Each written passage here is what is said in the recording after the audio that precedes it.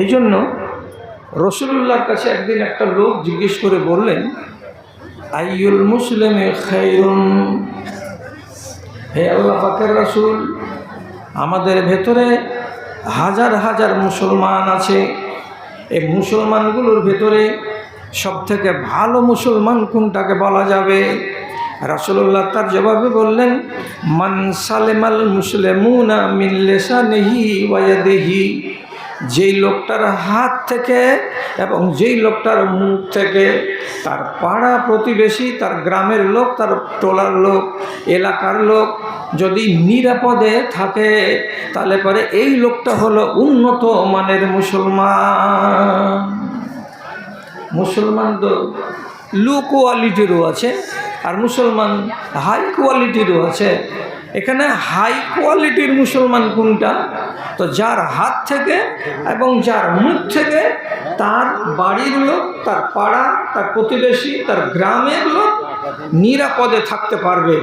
নিরাপদে আছে, নিরাপদে আছি, তাহলে সেই লোকটা হলো হাই কোয়ালিটির ইমানদার। কেন? আপনি আপনার হাত অন্যায়ভাবে কখনো কোনো চাকরের ওপরে উঠাননি, আপনি আপনার হাত অন্যায়ভাবে কোনো বউয়ের ওপরে, বেটির উপরে, স্ত্রীর উপরে উঠাননি, আপনার মুখ আপনার সামনের বাড়ির লোকের সামনে অকথ্য ভাষা দিয়ে তাকে টার্গেট করেননি, আপনার বাড়ির কোনো মানুষের দ্বারাই ভুল হয়েছে তো তাকে আঁশ তুলে দেওয়ার মতো ভাষা দিয়ে আপনি তাকে টার্গেট করেননি। তাহলে যেই মানুষটা নিজের মুখটাকে সংযমে রেখেছে, যে মানুষটা নিজের হাতখানাকে সীমানার মধ্যে রেখেছে, অনিয়ম ব্যবহার করেনি, অন্যায় ব্যবহার করেনি, এই লোকটার কি টাইটেল আল্লাহ তাআলা নবী দিলেন? ইনি হচ্ছেন সবচাইতে ভালো মুসলমান। তাহলে আপনি এবার নিজের হিসাব কালকে থেকে করবেন না করবেন না? কতদিন নিজের বউকে মেরেছেন মনে নেই?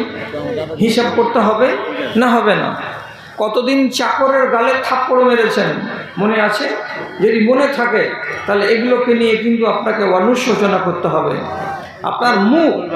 আপনার মুখ কতটি মানুষকে আঘাত দিয়েছে আপনি হিসাব করতে পারবেন? নিশ্চয়ই পারবেন। মুখ যখন আপনার, বলেন আপনি, তাহলে হিসাব তো নিশ্চয়ই আপনি রেখেছেন। কাকে কুবাক্য বলেছি, কাকে অকথ্য ভাষা বলেছি। বিশেষ ঘোষণা, খাওয়ার আছে, যদি কেউ খাওয়ার থাকেন তাহলে বাড়িতে গিয়ে খেতে পারেন, অসুবিধা নেই, খাওয়া রেডি আছে। মুখের যখন হিসাব আমাকে লাগবে আর হাতে, তাহলে আমি নিজে একটু ভালো হয়ে যাই।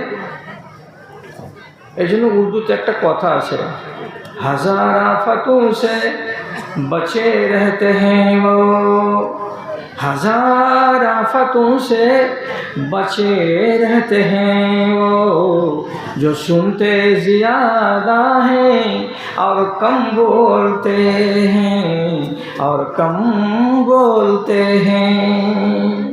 যে মানুষ শুনবে বেশি আর মুখকে ব্যবহার করবে কম, শুনে নিলাম, কানে গেল, মগজে রেখে দিলাম, প্রতিবাদ করলাম না, মুখটাকে বন্ধ করে রেখে দিলাম, এই লোকটা নিরাপদে থাকে বেশি।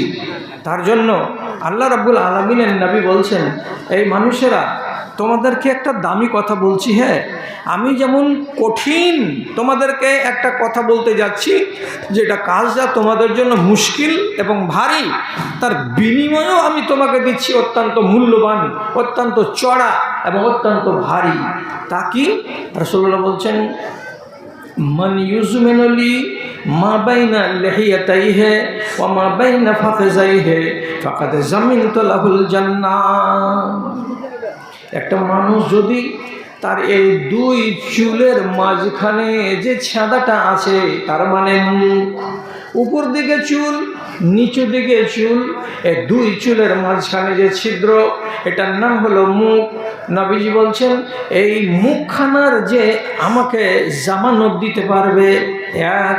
2 নম্বরে রাসূলুল্লাহ বলছেন তোমার 2 রানের মাঝখানে যে স্থানটা আছে, তার মানে লজ্জাস্থান, সেটা নর হোক কিংবা নারী হোক, পুরুষ হোক কিংবা স্ত্রী হোক, রাসূলুল্লাহ বলছেন 2 রানের মাঝখানে যে তোমার স্থানটা আছে, তোমার জায়গাটা আছে, তার মানে গোপন অঙ্গ, এটাকে যদি তুমি আমাকে জামানত দাও। কিসের জামানত? মুখটাকে আমি রাত ব্যবহার করব না এবং আমার শরমগাহকে অন্যায়ভাবে এখানে সেখানে বিলিয়ে বেড়াবো না, আর যেখানে সেখানে আমি একে ব্যবহার করব না। এই বলে তোমরা যদি আমাকে গ্যারেন্টি দাও, তোমরা যদি আমাকে জামানত দিতে পারো, তো আমি নবী তোমাদেরকে কথা দিলাম, আমি তোমাদের জন্য জান্নাতের জামানদার হলাম। তোমরা নিশ্চয়ই এই 2টা পূর্ণ করার কারণে জান্নাতের ভাগীদার হবে। তোমরা আমাকে একটা কথা দাও, আমি তোমাদেরকে এই কথাটা দিলাম।